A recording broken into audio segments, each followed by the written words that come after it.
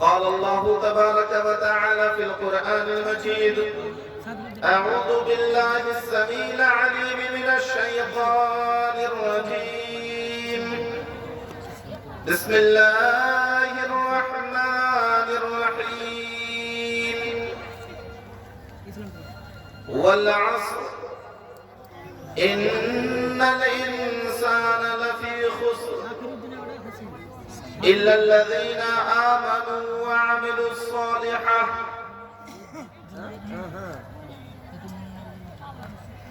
صدر محترم و ناظم اجلاس شیخ مصطفیٰ کمال حفظہ اللہ و شیخ جہانگیر صاحب حفظہ اللہ و اسٹیج پر جلوہ فروز کبار علماء کرام و میرے دینی ملی بھائیوں، دوستوں، ہم نشین ساتھیوں، عزیز بچوں، پردہ نشیں عفت ماں و بہنوں، میں سرزمین مہاراج پور کے تمام غیور نوجوانوں کو بالخصوص جملہ اراکین جلسہ کمیٹی کو دل کی اتھا گہرائی سے مبارکباد پیش کرتا ہوں، چونکہ یہ پروگرام دین کے لیے اور دینی غیرت، دینی حمیت کو پیش کرنے کے لیے پروگرام رکھا گیا، لہذا اس پروگرام کے تعلق سے زیادہ بات نہ کرتے ہوئے بس اتنی بات کہہ دی جائے کہ اللہ تعالی ہمارے آنے کو اور سننے و سنانے کو قبول فرمائے۔ میرے بھائیوں، آج کے پروگرام میں جس موضوع کے تحت باتیں رکھنی ہیں وہ ہے محاسبہ نفس، جس کو آسان بھاشا یا آسان لفظوں میں کہہ لیا جائے اپنا حساب و کتاب۔ آج کا موضوع خطاب ہے اپنا حساب و کتاب۔ میں اپنی بات کو ایک سوال سے آگے بڑھانا چاہتا ہوں۔ عام طور پر مسلم غیر مسلم کوئی بھی ایک سوال کرتے ہیں، ہمیں بتائیں کہ مسلم کسے کہا جائے گا؟ کیا کسی کا نام عبداللہ و عبد الرحمن اگر ہے تو وہ مسلم ہو جائے گا؟ کیا ہم اسے مسلم تصور کر لیں گے؟ کیا وہ مومن کے زمرے میں آ جائے گا؟ اللہ تعالیٰ نے فرمایا جواب دیتے ہوئے، آپ کو بھی یہ جواب تلاشنی ہے اور اس کو یاد رکھنی ہے کہ آپ کو بتانا کیا ہے، مسلم کسے کہا جائے گا، مومن کسے کہا جائے گا؟ رب کائنات نے فرمایا وَمَا كَانَ لِمُؤْمِنٍ وَلَا مُؤْمِنَةٍ إِذَا قَضَى اللَّهُ وَرَسُولُهُ أَمْرًا أَن يَكُونَ لَهُمُ الْخِيَرَةُ مِنْ أَمْرِهِمْ۔ سنو اور غور سے سنو اس بات کو، مومن بننا چاہتے ہو، مسلمان بننا چاہتے ہو، اللہ کے قریب اپنی جگہ بنانا چاہتے ہو، اللہ کے مقرب بندوں میں سے اپنے آپ کو بنانا چاہتے ہو، تو اس کے لیے شرط اول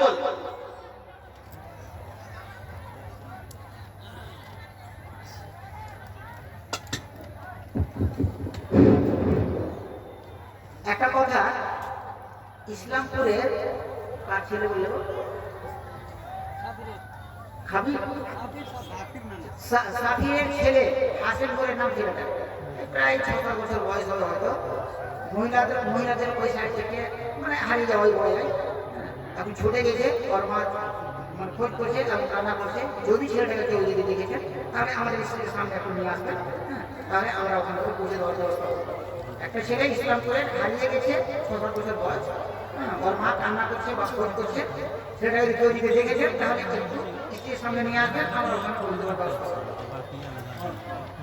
اللہ کے قریب اپنی جگہ بنانے کے لیے پہلی شرط جو عائد ہوتی ہے وہ ہے خواہشات کی تکمیل کے پیچھے نہ بھاگنا۔ دل کی چاہت، دل کی آرزو، دل کی تمنا، دل کی چاہت کو ختم کر کے قرآن و سنت کے مطابق جو چلتا ہے وہ مسلمان ہے، جو چلتا ہے وہ مومن ہے۔ میرے بھائیوں، آج کا موضوع خطاب ہے اپنا حساب و کتاب۔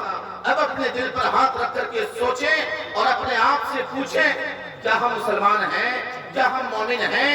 اگر ہیں تو الحمدللہ اللہ کا شکر ادا کریں، اگر نہیں خواہشات کے پیچھے بھاگتے ہیں، دل کی چاہت، دل کی آرزو، دل کی تمنا کے مطابق اپنی زندگی کا گزارا کرتے ہیں تو تائب ہو جائیں، توبہ کر لیں، رب کے سامنے سرو سجود ہو جائیں، اللہ سے معافی مانگ لیں کہ اللہ ہم سے خطا ہوئی ہے۔ میرے بھائیوں اور دوستو، یاد رکھیں یہ دلیل ہمارے سامنے رکھی گئی اور یہ دلیل ہمارے لیے کافی ہے کہ ہم اپنی خواہش، دل کی آرزو، دل کی تمنا اور دل کی چاہت کے پیچھے نہ بھاگیں۔ دوسری دلیل سنن ابو داؤد کی روایت ہے، نبی پاک علیہ الصلوۃ والسلام نے فرمایا لا یؤمن احدکم حتی یکون ہواہ تبعا لما جئت بہ۔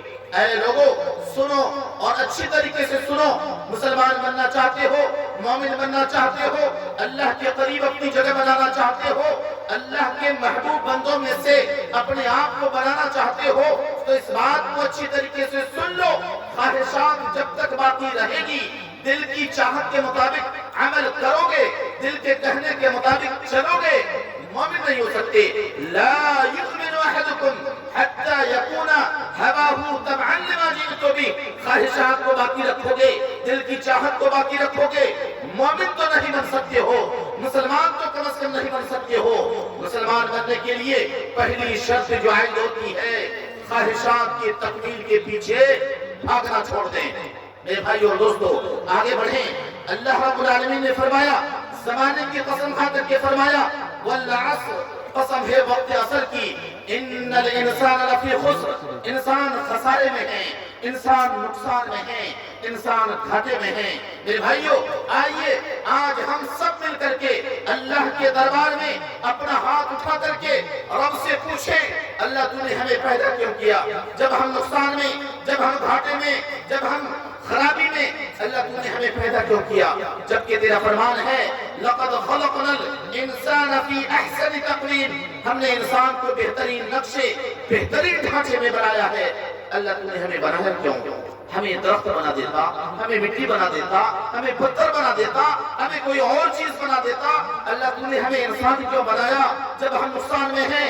اللہ فرماتا ہے گھبراؤ نہیں، یہ بات سب کے لیے نہیں ہے، سب خرابی میں نہیں ہے، سب کے لیے نقصان نہیں ہے، سب کے لیے گھاٹا نہیں ہے۔ پھر کون ہے نقصان میں؟ پھر کون ہے گھاٹے میں؟ اللہ نے چھانٹ کر ان لوگوں کو الگ کر دیا جو لوگ کامیاب ہیں۔ إِلَّا الَّذِينَ آمَنُوا وَعَمِلُوا الصَّالِحَاتِ، جو لوگ ایمان لائے اور عمل صالح کرے۔ ایمان لانا اور عمل صالح کرنا، ایسے لوگوں کو اللہ تعالیٰ نے چھانٹ کر کے الگ کر دیا۔ نقصان میں وہ لوگ ہیں، گھاٹے میں وہ لوگ ہیں، خرابی میں وہ لوگ ہیں جو مرضی کے مطابق چلتے ہیں، دل کی چاہت، دل کی آرزو، وہ دل کی تمنا کے مطابق اپنی زندگی کا گزارا کرتے ہیں، منمانا زندگی گزارتے ہیں۔ ایسے لوگوں کے لیے خرابی، ایسے لوگوں کے لیے نقصان۔ کیسا نقصان؟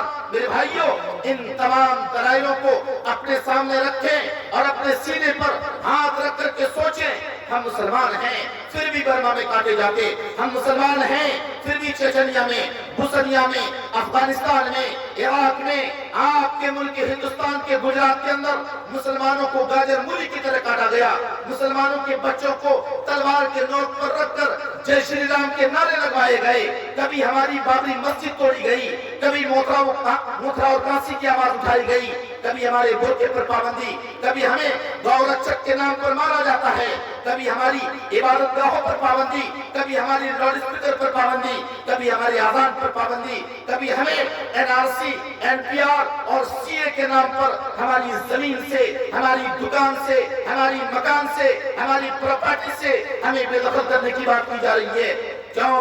کبھی ہم نے رب سے پوچھا اللہ ہم تو مومن ہیں، اللہ ہم تو تیری عبادت کرنے والے ہیں، اللہ ہم تیرے سامنے سر و سجود ہو کر کے اہدنا الصراط المستقیم کی صدا لگانے والے ہیں، یہ مصیبت کیوں آئی؟ یہ پریشانی کیوں آئی؟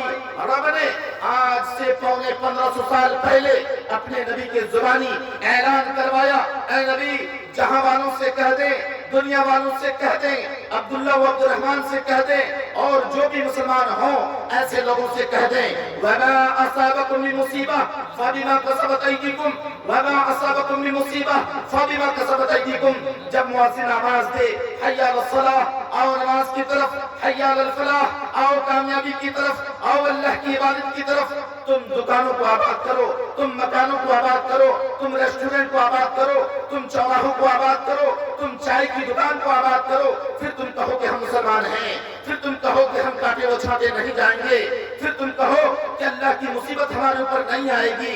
میرے بھائیوں، یاد رکھیں اس بات کو اور اپنے ذہن پہ بٹھا لیں اس بات کو، جب تم اللہ سے بغاوت کرو گے، اللہ کے فرمان کو توڑو گے، مرضی کے مطابق چلو گے، اللہ کا قہر آسمان سے ٹوٹے گا، اللہ کا قہر ٹوٹے گا۔ کیسے؟ جیسے ابھی ترکی میں ٹوٹا، زمین پہ زلزلہ آیا، کیوں؟ اللہ نے کہا وَمَا أَصَابَكُم مِّن مُّصِيبَةٍ فَبِمَا كَسَبَتْ أَيْدِيكُمْ۔ آج ہمارے اوپر مصیبت کی پہاڑیں توڑی جا رہی ہے، ہمیں ہماری زمین سے بے دخل کرنے کی بات کی جا رہی ہے، کیوں؟ صرف اس لیے کہ ہمارے اعمال بگڑ گئے، ہم نے اپنے آپ کو پہچانا نہیں، ہم کون ہیں، ہم کیوں پیدا کیے گئے، اس روئے زمین پر رب نے ہمیں کیوں رکھا، کس مقصد کے تحت اس روئے زمین پر رکھا۔ اللہ نے کہا زمین میری، آسمان میرا، فضا میری، ہوا میرا، پانی میرا، کھاؤ پیو عیش کرو، سب کچھ میرا، میرا ایک ڈیوٹی نبھانا۔ اللہ تعالیٰ نے کس مقصد کے لیے بنایا؟ مقصد اپنا ظاہر کر رہا ہے، کوئی کام نہیں، کھانا پینا عیش کرنا، زمین میری، کرایہ نہیں لگنے والا، ہوا میرا، کرایہ نہیں لگنے والا، پانی میرا، اس کا کرایہ تمہیں نہیں دینا ہے، صرف ایک ڈیوٹی نبھانی ہے، کیا؟ اللہ کی عبادت۔ وَمَا خَلَقْتُ الْجِنَّ وَالْإِنسَ إِلَّا لِيَعْبُدُونَ۔ رب نے کہا تم کھاؤ پیو عیش کرو، میری ایک ذمہ داری کو نبھانا ہے، اللہ کی عبادت۔ اے لوگوں، تم نے اللہ کی عبادت کو چھوڑ دیا، کان رہتے ہوئے تم نے مؤذن کی آواز کو سنا نہیں، آنکھ رہتے ہوئے تم نے ہدایت کی راہ کو دیکھا نہیں، دل رہتے ہوئے حق کی صداقت کو تم نے تسلیم نہیں کیا۔ ایسے ہی لوگوں کے حق میں رب کائنات نے قرآن مجید کے اندر ارشاد فرمایا لَهُمْ قُلُوبٌ لَا يَفْقَهُونَ بِهَا وَلَهُمْ أَعْيُنٌ لَا يُبْصِرُونَ بِهَا وَلَهُمْ آذَانٌ لَا يَسْمَعُونَ بِهَا۔ آنکھ ہے، دیکھنے کی صلاحیت ختم ہو چکی ہے، دل ہے، تصور کرنے کی صلاحیت ختم ہو چکی ہے، کان ہے، سننے کی صلاحیت رب نے ختم کر دی ہے۔ ایسے سننے والے اور دیکھنے والے اور تصور نہ کرنے والے ان تمام لوگوں کے حق میں رب نے اسی آیت کے اگلے حصے میں کہا اولئک کالانعام، اولئک کالانعام، تمہیں جس مقصد کے لیے بنایا گیا ہے تم نے اس مقصد کو فوت کر دیا، مرضی کے مطابق چلا، اس لیے کہا اولئک کالانعام، تم چوپائے کے مانند بن گئے، چار پاؤں والے کی طرح۔ چار پاؤں والے کون؟ کتے کے چار پاؤں، سور کے چار پاؤں، گدھے کے چار پاؤں، بندر کے چار پاؤں۔ رب نے کہا اولئک کالانعام، اللہ کی عبادت کو چھوڑ کر، اللہ کے قانون کو چھوڑ کر، نبی کے فرمان کو چھوڑ کر مرضی کے مطابق چلو گے، اولئک کالانعام، چار پاؤں والے کی طرح بن جاؤ گے۔ بات ختم نہیں ہوئی، اگر ہو جاتی اللہ کا شکر تھا۔ آگے فرمایا بل ہم اضل، اس سے بھی گئے گزرے ہو، سور سے بھی نیچے تک کے پیٹ اللہ تعالیٰ نے لا کر کے کھڑا کر دیا کن لوگوں کو جو لوگ مرضی کے مطابق چلتے ہیں۔ اولئک کالانعام بل ہم اضل، سور بہتر ہے۔ کیوں بہتر ہے؟